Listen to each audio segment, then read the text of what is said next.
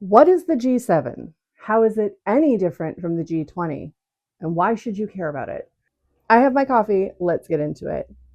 Right now in Kananaskis, Alberta, the G7 summit is happening. This is an event that happens once a year and it rotates through countries depending on who is the current president at the time. And I have a lot of people that I've seen who don't really grasp what the G7 is or why we should care about it. And they are also like, how is this different from the G20 or anything else that's going on? Like, who are these people? Why are they all shipping out to somewhere in Alberta? So I thought we'd do an overview of how we got here, a little bit of a timeline. And there's some fun, exciting facts if you're Canadian. Like, did you know that Paul Martin is the reason that we have the G20 now? So let's get into it. The first thing you need to know about the G7 is that it's an intergovernmental political and economic forum. It doesn't have a regular staff, it doesn't have a secretariat like the UN. It is a rotating presidency and a bunch of nations that got together to talk and come up with ideas generally. It is not based on a treaty, it has no permanent office. It also has no legal basis. And really, it just relies on the influence of the 7 nations that are currently in it. But it also previously was known as the G6. It's also been the G8, and now it's the G7. So let's dig into that a little bit. So the G7 are the major IMF designated advanced countries. Currently, they represent 10% of the world's population, 50% of the net wealth, and 30% of the world's GDP. But you will notice that China is not on the list. Technically, China would be the second largest nation, but one of the main factors of the G7 is that you also have to have certain humanitarian and democratic things happening in your country. The current members are Canada, France, Germany, Italy, Japan, the US, the UK, and then the EU gets invited. It's the president of the EU and it's the European Council president. The two are designated as non-enumerated members. They have a once a year annual summit, and then there's other meetings that happen throughout the year, usually with committees. It is an organization where it's the head of the state that attends, and then in other subsequent meetings, they can have different high ranking officials in the government attend those as well. How did it all start? Well, we have to go back to Nixon and the 70s. Stick with me for this story. So originally, it was actually called the Library Group. And back in 1973, in March of 1973, things were not going so great. There had already been a concept that they should have some sort of meeting of the economic heads of the world. But by the end of that year, we would already be in the 1973 oil crisis. The OAPEC, not to be confused with OPEC, they decided they were going to take retaliation against any country that supported Israel in the Yom Kippur War. They instituted a total oil embargo. Because of that, oil prices in the US, for example, rose by 300%. I asked my parents about it because was not born then. And they said they vividly remember people lining up down the block. There was huge oil shortages, oil and gas, and it was a major crisis. Specific targets for the oil crisis were Canada and the Netherlands, Japan, the UK, the US, and Portugal, also Rhodesia and South Africa. In March of that year, the US Secretary of the Treasury, his name was George Shultz, and he decided that he wanted to have a bit of a meeting. And so Nixon actually said, why don't you just have it in the library at the White House? It was an informal meeting, and it was only for finance ministers, not the heads of state. And initially, it was only the US, France, West Germany, yes, it was still West Germany back then, and the UK. And that's when the Library Group was formed. It wasn't until 1974, the following year, that they officially called themselves the Group of Four. So they met in March, but then during the spring meetings of the IMF, the International Monetary Fund, it was actually George Shultz who proposed that they should add Japan. So the Group of Four quickly became the Group of Five. But in 1974, things would quickly go off the rails. All 5 countries in the Group of Five had a abrupt leadership change, some of them very contentious. In France, President Georges Pompidou, he suddenly died. The West German Chancellor Willy Brandt, the Japanese Prime Minister Kikuchi Tanaka, both resigned in a bit of a scandal. And of course, Nixon. We all remember what happened to Nixon. And meanwhile, in the UK, they had a hung election. It led to a minority government. things were not going well in 1974. They didn't meet again until 1975 when France hosted a 3-day summit. They invited the Group of Five plus Italy, forming 6 people, and that's how they became the Group of 6. They basically wanted to have a little get together because all of the leaders were new and they needed to get to know one another and how they were going to work together. They also needed to deal with the oil recession that was because of the 1973 oil crisis that was going on. But most importantly, it's where they came up with their 15 points of their resolution. It's where they finally determined, okay, this is what the G6 is going to be. This is what we stand for. They also made plans to have yearly meetings. So they would do this every year. They committed to that. Some of the 15 points included promoting free trade, multilateralism, cooperations with the developing world, and a rapprochement with the Eastern Bloc. Then came 1976. In 1976, the English Prime Minister resigned. The US President at the time, Gerald Ford, and the US Chancellor Gerald Schmidt, they decided they needed somebody who was an English speaker, somebody who had more government experience, because at this time, all the leaders of the countries really didn't have much government experience. And that's when they invited Pierre Elliott Trudeau, Prime Minister of Canada. By that time, Pierre Elliott Trudeau had been Prime Minister for 8 years, so he had tons of governmental experience. Also, Canada was the next largest economy, so it kind of just made sense that they would invite Canada to join. And that's when they became the Group of 7, the G7. In 1977, the UK invited the European Committee to join as a non-member, so that they would be at every subsequent meeting, but they didn't start coming to every single meeting of the G7 until 1981. It actually, though, wasn't public knowledge that these meetings were happening until 1985. So the fanfare that we see today was not happening back then. These were closed-door meetings that if you were in government, you would know, but the public definitely didn't know it was happening until the 1985 Plaza Accords. And they were named for the Plaza Hotel in New York. Very creative naming systems. But what went on there was even more fascinating. The Plaza Accords was an agreement between a bunch of countries to knowingly depreciate the US dollar. France, West Germany, Japan, the US, and the UK all signed this agreement. They wanted to depreciate the US dollar in relation to the French franc, the British pound sterling, the Japanese yen, and the Deutschmark. And they were doing it by intervening in currency markets. Basically, what was happening is there was a major trade deficit between the US and Europe. Sound familiar? And also the US and Japan. And the thinking was if they could disrupt these currency markets, that it would help the US. It kind of worked, it kind of didn't. But that was what came out of the 1985 Plaza Accords. And that's when the world finally understood what the G7 was doing. Throughout the 80s, though, they wouldn't just be dealing with finance. So initially, it was started by finance ministers to be an economic forum. But through the 80s, they expanded to be more humanitarian, or at least international security and conflict, I guess is how you would put that. War. What was it good for? That's what they were discussing in the G7. They specifically were looking at the Iran-Iraq conflict, and they were looking at the Soviet Union intervening in Afghanistan. By the 90s, that's when they came up with the debt relief program for the HIPC, heavily indebted poor countries. And they came up with $300 million to build a shelter over Chernobyl. And they established a financial stability forum. Basically, by the 90s, they were like, what can we do? We're all the biggest powers in the world, and we want to look out for each other and look out for the world. Up until then, though, they were really just looking out for themselves. And it wouldn't be until the early aughts when they finally started thinking about the developing world. Coincidentally, that is also when the G20 was formed. It was actually in 1999 when they had the idea that the G20 would be formed. You might remember some pretty big protests against the G20. We will get into that later. But the G7, as it stands, has done quite a bit. Let me just run through some of the things they've done in their timelines. We all remember the 2008 financial crisis that was happening around the world. Well, they pledged to take all necessary steps to stem the crisis with a super aggressive action plan, and they met multiple times between 2008 and 2009. In 2014, they mobilized a rapid technical assistance to support Ukraine to address macroeconomic, regulatory, and anti-corruption challenges. In 2019, they pledged $20 million to Brazil to fight the Amazon rainforest fires. Then a lot happened in 2021. They called on Russia to address international cybercrime, and they also wanted to investigate the chemical weapons used against Russia's formal opposition, Alexei Navalny. They also committed to helping the world recover from the pandemic, and that included vaccinating the whole world against COVID. They encouraged actions against climate change and biodiversity increase. And then in 2024, they agreed to close all coal power plants between 2030 and 2035. So you can see the shift was really changing to not just be dealing with finance, but they were also dealing with all the root causes of what was going on in the world and looking at developing markets. But that's just the G7. Why was it the G8?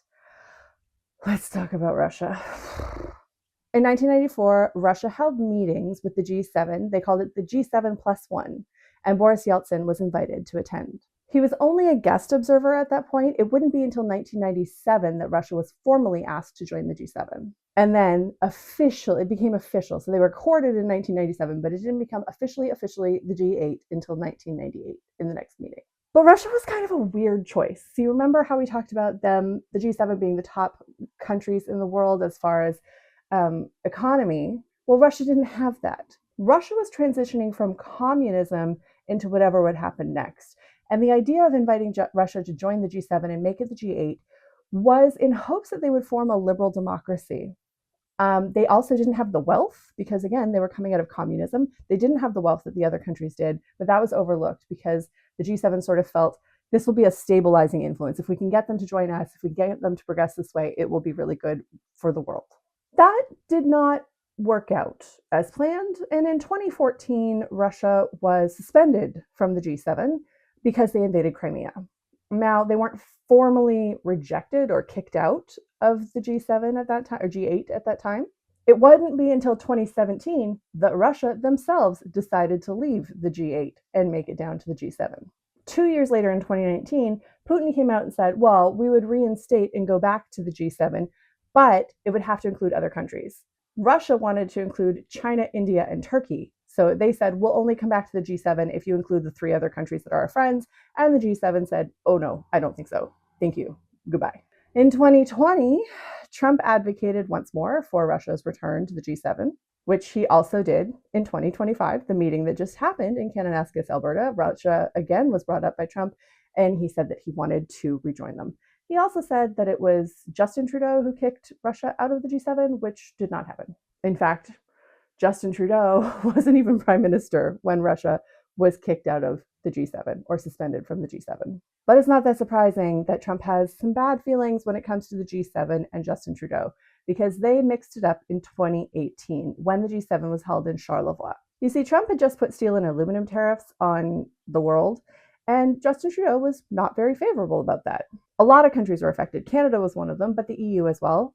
Everyone was really hurting from the steel and aluminum tariffs. Trudeau decided to publicly criticize the economic policy of the United States. And Trump got very mad, and he directed his representatives, who were there at the G7, to not sign the paperwork. At the end of every G7, there's a joint communique that's issued, and all the world leaders sign off on it. And the US said, nope, we will not be signing that. We will not sign that. We will not sign the economic section either. The Chancellor of Germany, Angela Merkel, said that his withdrawal was quite depressing. And the President of France, Emmanuel Macron, invited Trump to be serious. The G7 has its regular members. The EU comes with it, but they also have a rotating series of guests that get invited, usually to some purpose, something that's going on in the world at that time. Over the last few years, there have been some guests that keep coming back. Here are some of the few that have been there: Australia, Korea, India, Spain, Indonesia, Brazil, Vietnam, the Comoros, the African Union, the Cook Islands, and Ukraine. There have been proposals for Australia and Korea to join the G7, specifically because there are rising challenges with China that they're dealing with there. China, like I mentioned before, is excluded from the G7 because of the Human Development Index, and because individually, while the country itself might be quite rich, the individual net worth of each person there is not high enough to meet the standards. This year, for the 2025 summit, Prime Minister Mark Carney, as Canada is the host this year, has invited President Zelensky of Ukraine. He's also invited Prime Minister Anthony Albanese from Australia and the Prime Minister of India, Narendra Modi.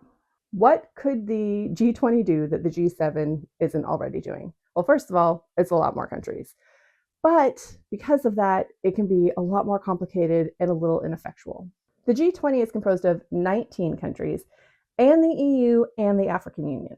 Their purpose is to address major financial issues affecting the global economy, financial stability, climate change, sustainable development, that kind of thing. They represent 85% of the world's gross product, 75% of international trade, 56% of the global population, and 60% of the world's land area. Since 2008, they've met once a year, and there's a rotating head of state.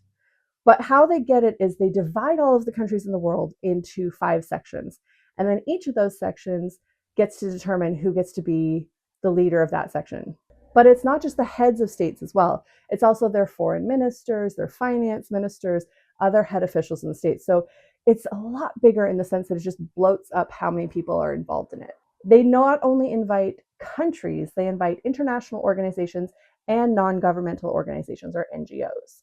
It's often met with huge protest groups, people who are anti-globalists. They lack total enforcement power, which makes them a target for criticism, because basically there are these huge meetings of all these different organizations that they get together and make a statement, but then have kind of no power to do anything. It's like if Coachella was for politics. Everybody wants to go, everybody wants to be included. There's a million different stages. There's all kinds of different sub meetings of all the different categories of things you want to go to. But at the end of the day, it's just a festival. So how did this start? Well, let's talk about Paul Martin. Paul Martin is a former Prime Minister of Canada for the Liberal Party. He was the leader of the Liberal Party. But prior to that, he was Canada's finance minister. He was the very first chairman of the G20.